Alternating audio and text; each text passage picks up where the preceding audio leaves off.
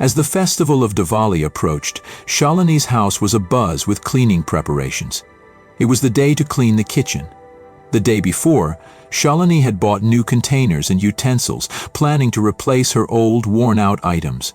She decided, this time I'll get rid of all the old containers, dishes, rolling pins and plates, and organize my kitchen with a brand new modern set.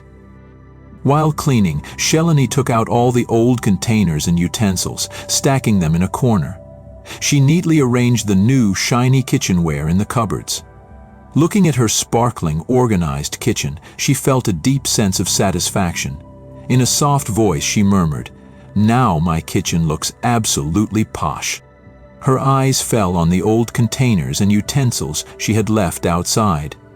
Once the scrap collector takes these away, my work will be done, she thought.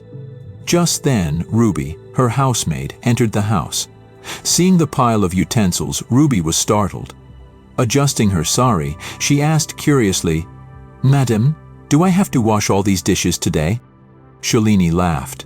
No, these are not for washing. I don't need them anymore.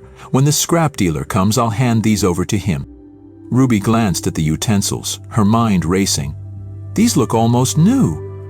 Madam is giving them to the scrap dealer?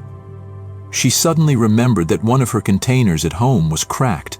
Hesitatingly, she asked, "Madam, if you don't mind, may I take one of these containers?" Shalini smiled and replied, "If you need them, take not just one, but all of them. They're of no use to me anymore." Ruby's face lit up as though she had won the lottery.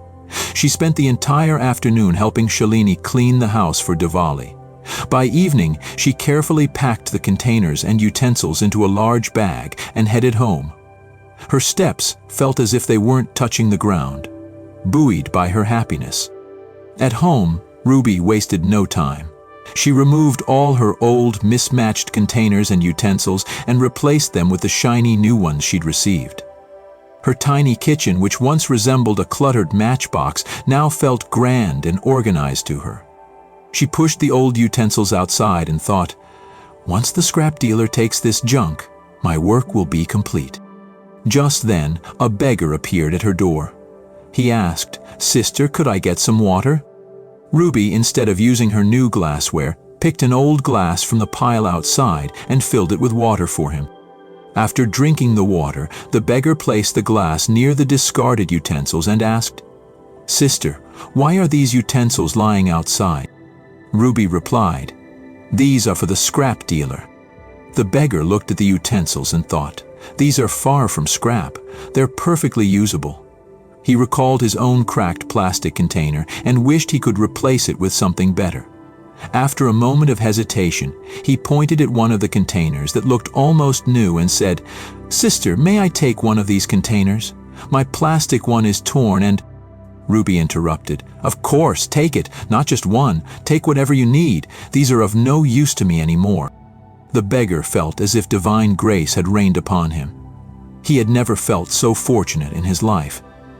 Carefully, he picked a container and a plate, placing them in his tattered bag.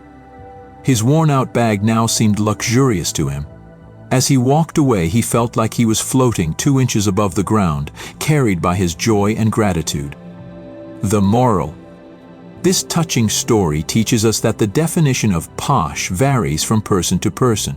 What seems worthless to one might be incredibly valuable to another.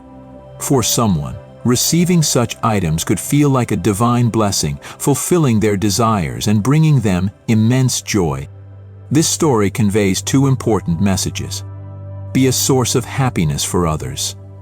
Festivals are a perfect time to bring joy, whether through small or big gestures. If we broaden our definition of posh and find contentment in simplicity, our own happiness will multiply manifold.